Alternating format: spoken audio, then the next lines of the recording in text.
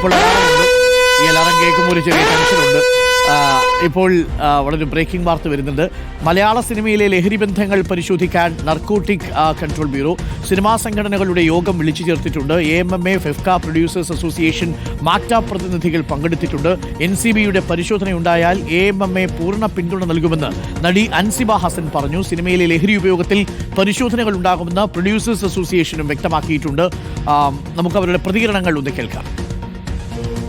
നമ്മുടെ സൊസൈറ്റിയോട് നമുക്ക് എല്ലാവർക്കും, ഈ നിൽക്കുന്ന നിങ്ങൾക്ക് എല്ലാവർക്കും, എനിക്കും ഈ സൊസൈറ്റിയിൽ ജീവിക്കുന്ന എല്ലാവർക്കും ഒരു എത്തിക്സ് ഉണ്ട്. ആ എത്തിക്സ് അനുസരിച്ച് വേണം നമ്മളെല്ലാവരും ജീവിക്കാൻ, അല്ലേ? നമ്മൾ അങ്ങനെ ജീവിക്കാൻ വേണ്ടി മാക്സിമം ശ്രമിക്കുക. NCB എന്ന് പറഞ്ഞാൽ നമ്മുടെ രാജ്യത്ത് സേവിക്കുന്നതല്ലേ, അപ്പോൾ പിന്നെ അതുമായിട്ട് ആരും അസോസിയേറ്റ് ചെയ്യാതിരിക്കുക, എല്ലാവരും അസോസിയേറ്റ് ചെയ്യും. നമ്മളെപ്പോഴും ലോയുടെ കൂടെയാണ് നിൽക്കുക, നമ്മളെപ്പോഴും സത്യത്തിൻ്റെ കൂടെയാണ് നിൽക്കുക. നമ്മുടെ സൊസൈറ്റി നന്നായിട്ട് പോകുകയാണെന്നുണ്ടെങ്കിൽ നെക്സ്റ്റ് ജനറേഷൻ നല്ല രീതിയിൽ മുന്നോട്ട് പോകും.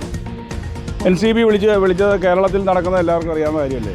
അപ്പോൾ അതിനെ സംബന്ധിച്ച് NCBക്ക് സംസാരിക്കാനുണ്ടായിരുന്നു, സംസാരിച്ചത്രേ ഉള്ളൂ. അതിൻ്റെ തുടർന്നുള്ള കാര്യങ്ങൾ അവർ ബ്രീഫ് ചെയ്യാമെന്ന് പറഞ്ഞിട്ടുണ്ട്. ഒരു പ്രാഥമികമായിട്ടുള്ള ചർച്ചയ്ക്ക് വേണ്ടി വിളിച്ചത്. പരിശോധന തീർച്ചയായിട്ടും ഉണ്ടാവും. ഇപ്പോൾ നമുക്കൊപ്പം SS ശരണും ലേബി സജ്ജിതനും ചേരുന്നുണ്ട്. SS ശരൺ, ഈ നർക്കോട്ടിക് കൺട്രോൾ ബ്യൂറോ മലയാള സിനിമയുമായി ബന്ധപ്പെട്ട്, സെലിബ്രിറ്റികളുമായിട്ട് ബന്ധപ്പെട്ട് ഒക്കെ ലഹരി ഉപയോഗം വളരെ വ്യാപകമാകുന്നതിൻ്റെ, അല്ലെങ്കിൽ ചിലരെങ്കിലും അത് ഉപയോഗിക്കുന്നതിന് തെളിവുകളൊക്കെ ലഭിച്ചതിൻ്റെയും അവരുടെ മൊഴികളുടെയും ഒക്കെ അടിസ്ഥാനത്തിലാണോ സിനിമാ സംഘടനകളുടെ യോഗം വിളിക്കാൻ തീരുമാനിച്ചത്? യോഗം വിളിച്ചത് കാര്യങ്ങളൊക്കെ NCB അവരെ ധരിപ്പിച്ചോ? അതിൻ്റെ ഗൗരവം സംഘടനയുള്ളവർക്ക് ബോധ്യപ്പെട്ടോ ശരൺ?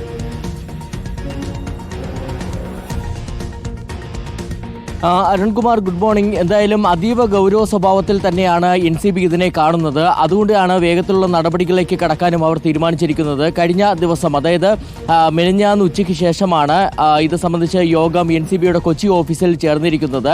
വേഗത്തിൽ തന്നെ, അതായത് ഒരുപാട് സമയമെടുത്തല്ല, വേഗത്തിൽ തന്നെ സിനിമാ സംഘടനാ ഭാരവാഹികളോട് അവിടെ ഈ യോഗത്തിൽ പങ്കെടുക്കണമെന്ന് ആവശ്യം ഉന്നയിച്ചായിട്ടാണ് നമുക്ക് മനസ്സിലാക്കാൻ കഴിഞ്ഞിരിക്കുന്നത്. അത് പ്രകാരം മെലിഞ്ഞാന്ന് ഉച്ചയ്ക്ക് ശേഷം NCBയുടെ കൊച്ചി ഓഫീസിലേക്ക് സിനിമാ സംഘടനാ ഭാരവാഹികൾ എത്തിയിരുന്നു. അതിൽ തന്നെ എടുത്തു പറയേണ്ടത് AMMയുടെ ഭാരവാഹികളുണ്ടായിരുന്നു, ഫെഫ്കയുടെ ഭാരവാഹികളുണ്ടായിരുന്നു, മാക്ട അടക്കമുള്ള സംഘടനകളുടെയൊക്കെ ഭാരവാഹികളുണ്ടായിരുന്നു. അങ്ങനെ ഭാരവാഹികളെ വിളിച്ചു വരുത്തിയ ശേഷം NCB ഉദ്യോഗസ്ഥർ പറഞ്ഞത് ഈ സിനിമാ മേഖലയിൽ, അതായത് മലയാള സിനിമാ മേഖലയിലെ ലഹരി ഉപയോഗം സംബന്ധിച്ച വിവരം കൃത്യമായി തന്നെ തങ്ങളുടെ പക്കൽ ഉണ്ടെന്നുള്ളതാണ്. അത് സംബന്ധിച്ചുള്ള വിവരങ്ങളൊക്കെ തങ്ങളുടെ പക്കലുണ്ട്.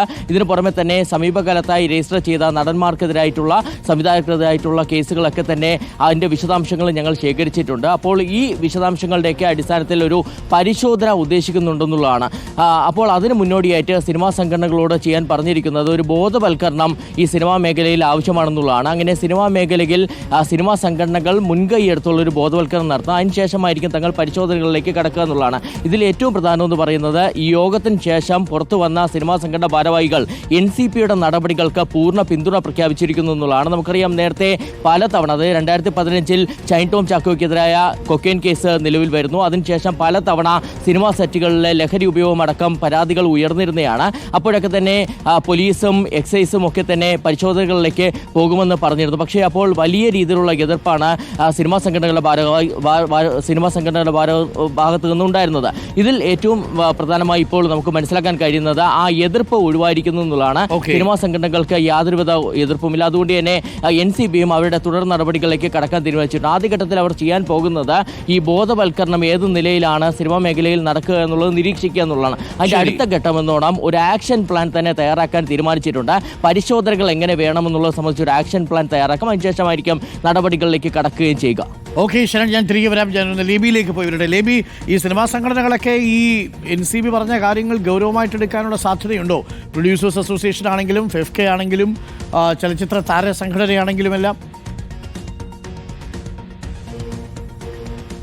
ഡോക്ടർ അരുൺകുമാർ, തീർച്ചയായും സിനിമാ സംഘടനകൾ കുറച്ചുകൂടി ഗൗരവതരമായി ഇനി ഈ വിഷയത്തെ കാണും. കാരണം നാർക്കോട്ടിക് കൺട്രോൾ ബ്യൂറോ ഈ കേസിലേക്ക് കടന്നു വരുമ്പോൾ ഇതുവരെ കിട്ടിയ ആനുകൂല്യം ഒരാൾക്കും ലഭിക്കുകയില്ല. അത് മറ്റ് കേസുകൾക്കായാലും സിനിമാ മേഖലയിലെ കേസുകൾക്കായാലും.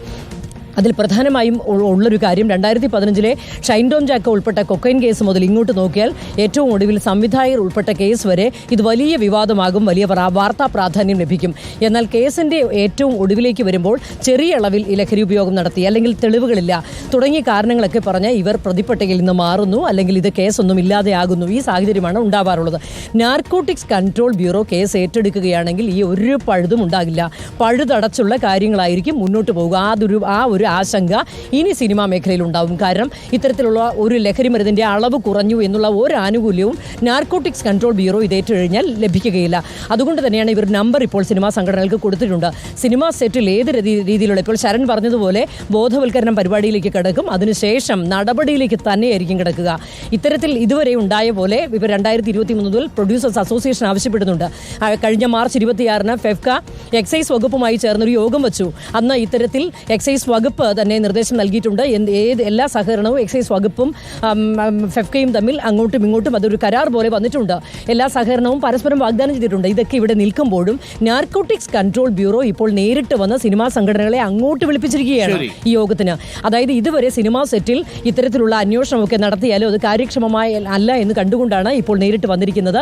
ഒരു നമ്പർ നൽകിയിട്ടുണ്ട്, ഇതെല്ലാ സിനിമാ സെറ്റിലും കൊടുക്കണം. അതുമാത്രമല്ല സിനിമയുമായി ബന്ധപ്പെട്ട വാട്സാപ്പ് ഗ്രൂപ്പുകളിലേക്ക് ഇത്തരത്തിൽ നാർക്കോട്ടിക്സ് കൺട്രോൾ ബ്യൂറോയെ ലഹരി ഉപയോഗം അറിയിക്കാനുള്ള നമ്പർ നൽകും. മാത്രമല്ല എക്സൈസ് വകുപ്പിന്റെ യോദ്ധാവുമായി കണക്ട് ചെയ്ത് ആ നമ്പർ നേരത്തെ കൊടുത്തിട്ടുണ്ട്. അതൊക്കെ ഇനി കർശനമായി പാലിക്കേണ്ട ഒരു സാഹചര്യം സിനിമാ സംഘടനയിൽ ഉണ്ടാകുമെന്നുള്ള കാര്യം ഉറപ്പാണ്. Doctor Arun, thank you. Lebi സജീന്ദ്രനും ഒപ്പം ശരണുമാണ് നമുക്കൊപ്പം ചേർന്നത്. Thank you Lebi, thank you Sharan.